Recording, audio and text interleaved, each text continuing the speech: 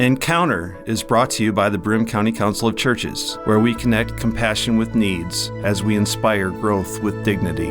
You'll find us in special places throughout the community. For those who remain hungry, we provide meals. For those who are challenged, we build wheelchair ramps. We comfort those who are ill, minister to those who are confined, and we remain an advocate for change and understanding on behalf of every element of our community. Connect and inspire.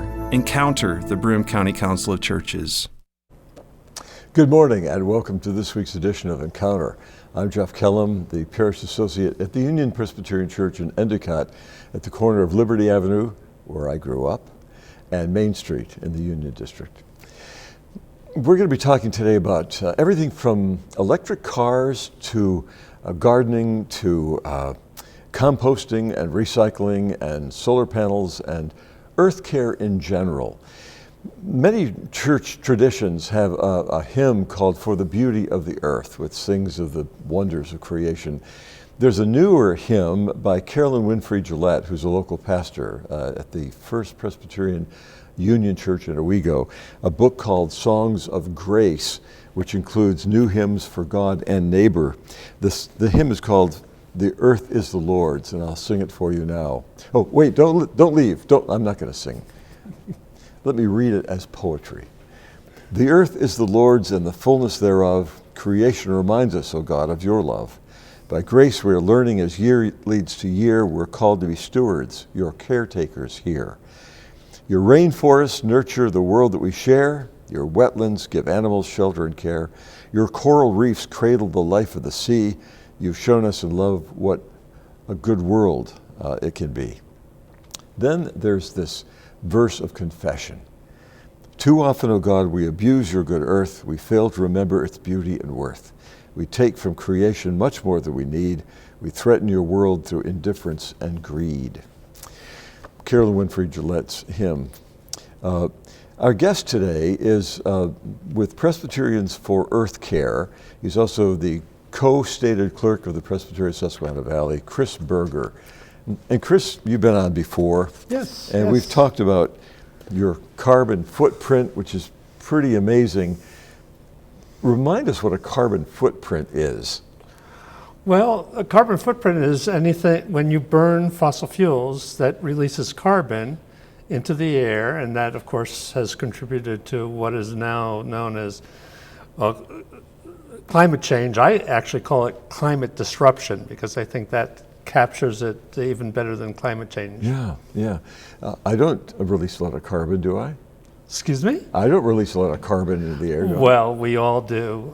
To a certain extent, as mammals, we breathe in oxygen and breathe out carbon, but in general, the additional carbon that we generate is the fossil fuels. Yeah. The fossil fuels we. So what would be the carbon footprint of just somebody like me in general? Do you know? I mean, cast aspersions, Jeff. No, go ahead. I really don't know. I mean, people heat their homes with fossil fuels. They cook with fossil fuels. They do a lot, and of course, our cars are terrible emitters of carbon. So. That's what we need to be working on. Yeah, and then our other transportation, taking a flight someplace. Oh, yeah. What is your carbon footprint? 0. How is it 0? You drove here. And I drove an electric car. Now, yeah. I should qualify that because obviously there was energy used to make the car, so there's carbon there, and so.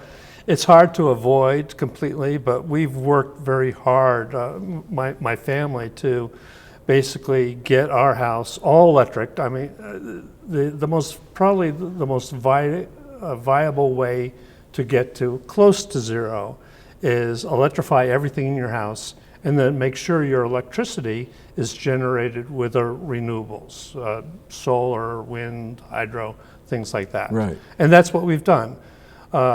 I should say we actually started, and this is an important point, that we need to become more efficient and waste less. Mm-hmm. So I built our house in 1978, designed it myself, and made it very energy efficient, and then went from there. Right, right. Back in the 1990s, I was a pastor of a small church in Vermont, and we were just starting to talk about climate change back then. The church was surrounded by small family dairy farms, and we had one well-read, intellectual man in the congregation who said, this climate change is just cyclical. It just happens. And it's not human-made. There's nothing humans can do about it. It's just going to come. Others of us were thinking, well, no, I'm sure there's something we can do about it, but we were thinking our grandchildren would have to worry about this. We weren't thinking that within 30 years we would have weather disruptions. We would have warnings over the highway, the signs saying the air quality is poor, stay indoors, floods, fires, and so on. Hurricanes.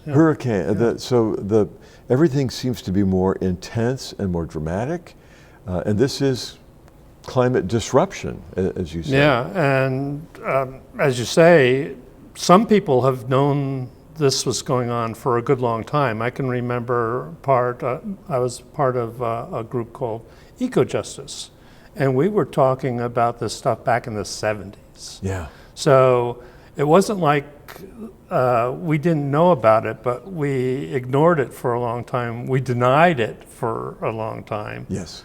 Unfortunately, and I think the denying part has diminished considerably.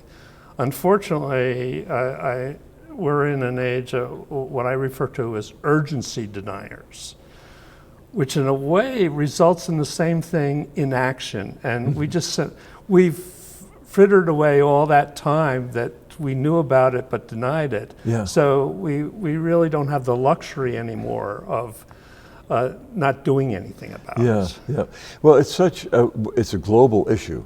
Sure. And I'm a guy that lives in a house with my wife, and we're two small people in the whole global community.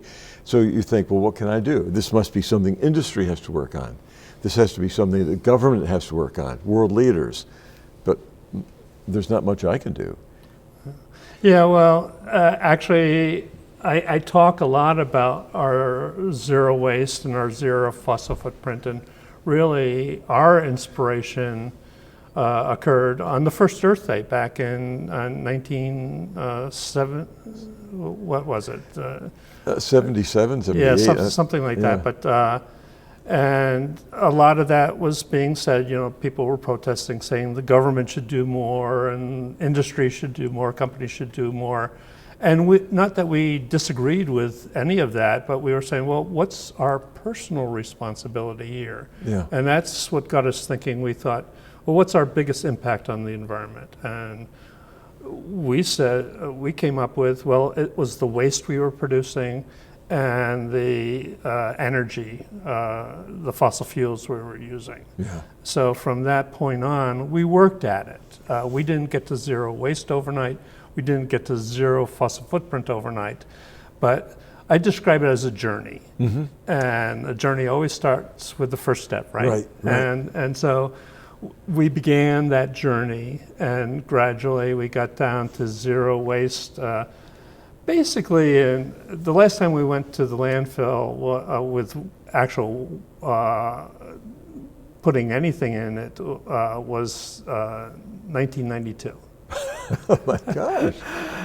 Yeah. Well, and so what are you doing with all this stuff? We have a big garage. No.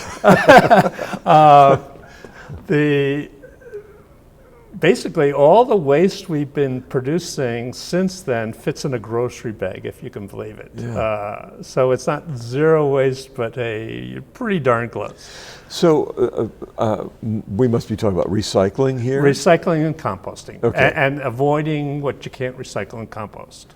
That's So when you go to the store, if you have a choice between a plastic container and a paper container, yeah, there's some of that. We certainly try to avoid plastic, but I'm not one of those that says we should do away with plastic. I don't think that's practical or even desirable, but you need to take responsibility for it. We always talk in those terms. If you're bringing something into your life, you should be willing to take responsibility for it. And oh, by the way, putting it out to the curb, it doesn't magically disappear. It goes somewhere. So it's not taking responsibility for it when you put it in the trash cans. Well, and I was thinking about, I read somewhere that although we recycle, now in our neighborhood, it's all mixed together. We don't have to sort. So the newspapers, the plastic containers, glass jars and so on, just all go into the big can. I don't fill up that can every week, so I don't put it out there at the curb every week. And then when that recycling plant in Appalachian first opened, we watched, there was a demonstration, an open house, and we watched all this stuff get dumped. And then we saw the sorting process. Yeah. But then I read somewhere recently that although we're putting all this plastic out at the curb, only a small percentage of it actually gets recycled. And that's area by area. I think we as a community have been recycling for a good long time.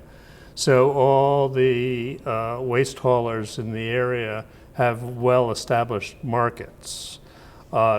It's more difficult starting up when you don't have those established markets. And we all know, like China stopped taking what was really our waste. I mean, we said we sent our recycling over, especially the plastic, but we were just sending our garbage. Yes, exactly. Yeah. So good for them. They stopped. They finally said no. Yeah. But plastic is recyclable, but we just got to do it. And there is a certain amount of, as you say, a certain percentage is recycled now. All of it could be recycled if we wanted to. Right. So apart from the recyclables, the other trash, rubbish, garbage, you're composting a lot of. Yeah, all the organics. That's both the food waste and the paper products that we are not recycling. And is that a science project? I mean, is that something I have to know how to do, or do I just put it in a can composting is pretty easy when you come right down to it. You're basically creating a bin to hold it. You're putting your food waste in, obviously, and we kind of chop up our paper to make it easier to compost. And actually the paper helps keep it bulked up so it doesn't collapse on itself and start smelling. Yeah. So this compost heap pretty much takes care of itself. Worms are there, but basically it's kind of, if you build it, they will come. We didn't put those worms there. Our compost heap, at any rate, is pretty low maintenance. What about bears and raccoons? Are they attracted to that? There are an occasional raccoon. There's birds. We do live in the country, so it's not as big an issue for us. Right. I'll grant that. But I figure, it's their world too. They're welcome to anything they can scavenge out of my compost. Yeah, okay. It's kind of the attitude we take. Right. Our guest today is Chris Berger. He is with Presbyterians for Earth Care. Is that a national organization? Yes, it is. Okay. Yeah. And also the co-stated clerk of the Presbytery of Susquehanna Valley. That's a mouthful, I know. Which ordained me one way or another in 1969 for ministry. So you drove here in an electric car. Yes. Now, I'm fascinated by electric cars, but I'm also scared to death that I'm going to run out of power and I can't just get a fill up someplace. What has been your experience? And we don't have to make this an ad for a Ford, but that's what yours is. Yeah, it's a Ford, not a Tesla. Ford Mach-E, correct. Okay.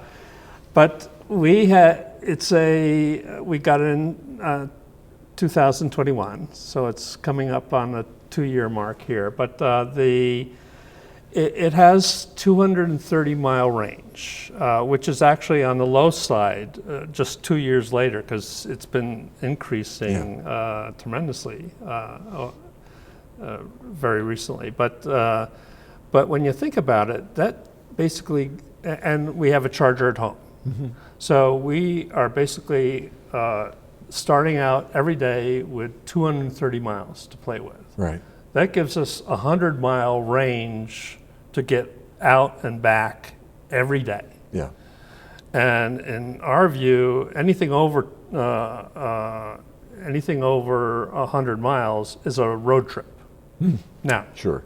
we have a daughter who lives on the Hudson River Valley area, 164 miles.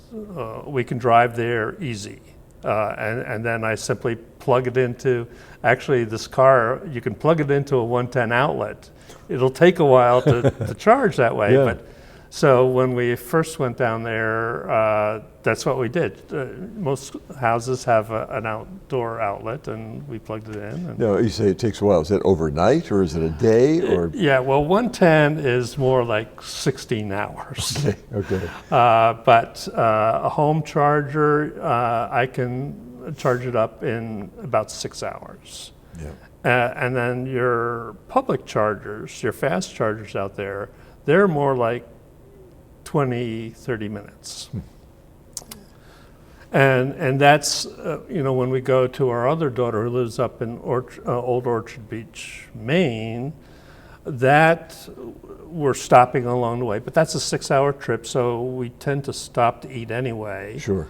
And by the time we're finished eating, it's all fully charged and to continue the rest of the trip. And how do you find the chargers? How do you just can't stop at any old restaurant and eat and charge your car? Though more and more restaurants are, as well as hotels, but the Ford... You have an app for that, I'll bet. Excuse me? You have an app for that. Yes. Well, it's even better with my Mach-E, and I'm sure some of the others have too. There's a built-in navigation system. And so you can put in your destination. It takes account of the charge you're starting at. It takes account of the temperature out, because the temperature does affect the range somewhat. Less range when it's colder? Yes. The batteries are less efficient, and then also you're heating the cabin too. So the range does drop in the wintertime. It also takes into account who's driving. Mm-hmm. Mm-hmm. For some reason, my wife can get farther than I can. Yeah, I know that story. I've lived it. But it takes all that into account, and then figures out where you're going to need the next charge, and just populates the route with the charger or chargers that you will need to get to where you want to go. So the e-car is more expensive to buy at the outset, but you don't have oil changes? You don't have to worry about the muffler? No, tune-ups, no. Actually, the brakes are even, you're replacing brakes even less, because it has what's called regenerative braking, which basically is using the motor to brake the car. It's turning that kinetic energy of a car in motion into basically recharging the battery. Yeah. So it's not only more efficient, obviously, but you're also using your brake pads less. So the one thing that does cost more, it has to be said, that the tires. You will replace tires more. And that's because basically these cars are heavier because of the batteries. Ah, yeah, okay. I'm fascinated by the changes you've made in your own family. As you said, you take the first steps, and then it grows from there. But you've become kind of an earth care activist in many ways. And being on this program means that you're sharing that message with others, that if you can do it, we can do it, or at least take some of those steps. I can't design my own house, but I can. But you can do things to your house to make it more energy efficient. Sure, and I can also, we have to assess our lifestyle, and see what ways we can save energy and so on.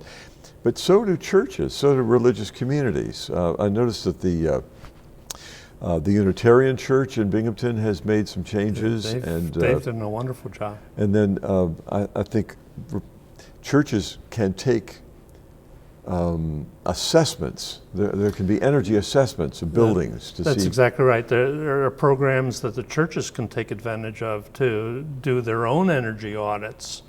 And that'll give you a list, and usually a good energy audit will also give you payback periods, because all these things actually at the end of the day save money. Yeah. And those audits, those energy audits, will give you a good idea what to prioritize. Generally, lighting is an easy one, and changing windows, making the windows energy efficient. Those are two big ones that you can do pretty early on.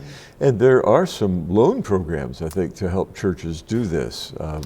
Certainly within the Presbyterian Church there is, and I'm sure other denominations have their own loan programs. Yeah. And so that initial outlet to pay for these changes, again, will pay for themselves over a period of time. Exactly. So it certainly is worth it to do not only an energy assessment for your own home, but also for your church home. And I think people who are on church boards and church leaders can take advantage of these programs that are available. I think you go to your church's website, not your local church, but your denominational website. Mm-hmm. You probably look under ecology or earth care or some other stewardship of the earth tab, and you'll find help there. Exactly. I noticed that. Speaking of going online, I went online and found this piece of paper that I've certainly. There it is. 12 ways Presbyterians are taking environmental action.